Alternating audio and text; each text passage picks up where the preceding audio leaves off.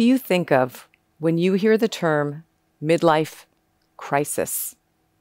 You might think of a guy taking off in a sports car with someone half his age in the passenger seat, definitely not one of his children. You might think of a woman sitting home alone, a little bit depressed and feeling like she's just past her prime. You might chuckle, like I'll admit I have, when you give or you get a birthday card that actually is poking fun of someone of a certain age. But the midlife crisis is no laughing matter. It's time to call it out for what it is, an ageist trope that's caused millions of people to feel disempowered and disengaged, and just when they reach a crossroads in life, it stopped them in their tracks.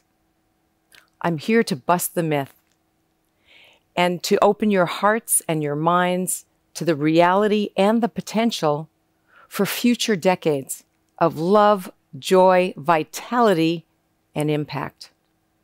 But first, who am I to bust this myth we love to hate? My passion for adult development and aging began when I was a child, visiting the Menorah Home and Hospital in Brooklyn, New York with my dad as he would go and volunteer.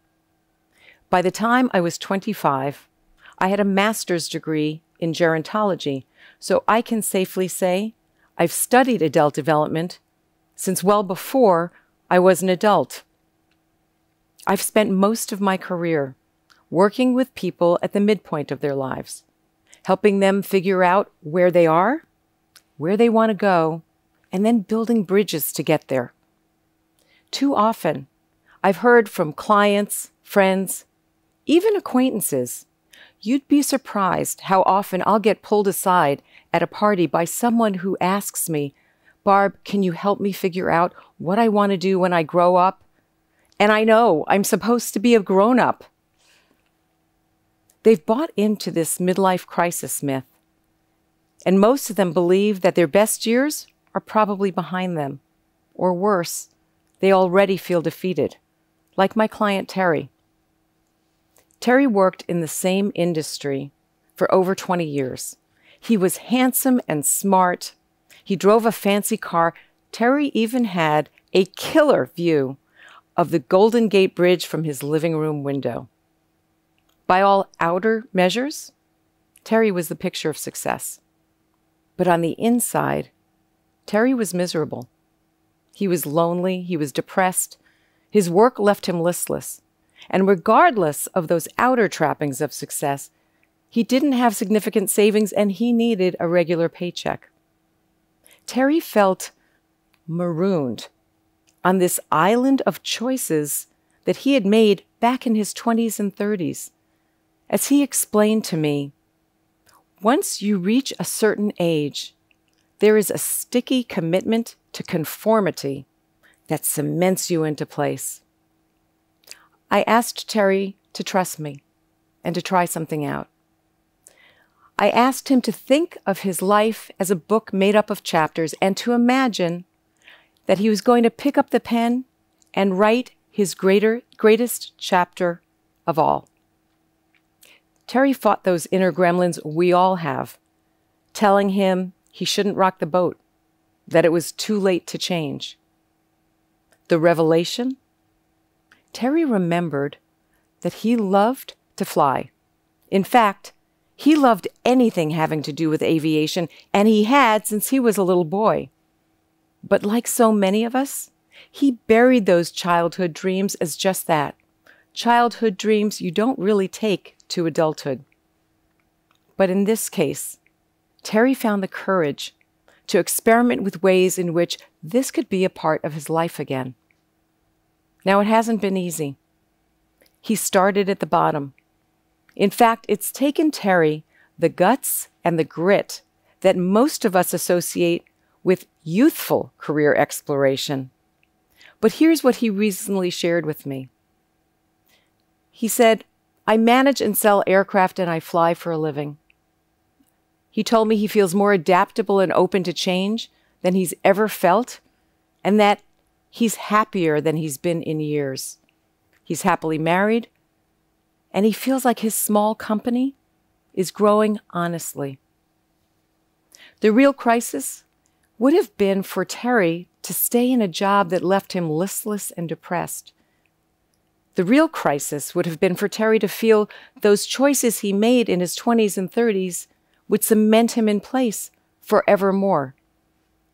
So it is time to dismantle the myth of the midlife crisis. The reality is that midlife may just be one of the richest, most potential-filled times of your life. What if we anticipated midlife as a time to pick up your pen and write future chapters of joy, love, vitality, and impact? In order for you to join me and become a mythbuster, here are some things you need to know.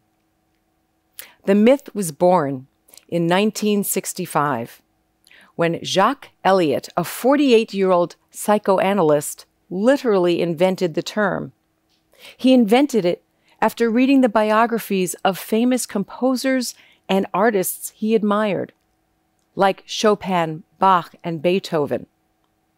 All white European men whom he thought suffered a crisis in their genius and lived in the 1700s and 1800s. Yes, this is really where it came from. Just a year before that, the phrase, "don't trust anyone over 30, was popularized, making anyone in midlife, and I'm guessing that included Jacques Eliot, insecure about their personal power. Our national idolatry of all things youthful had begun, necessitating the birth and emergence of an increasingly important and relevant word, ageism. In case that doesn't convince you, there is science-based research not only refuting the crisis, but also validating our soon-to-be century-long, that's 100 years, life expectancy. We have more years of living ahead of us, not dying.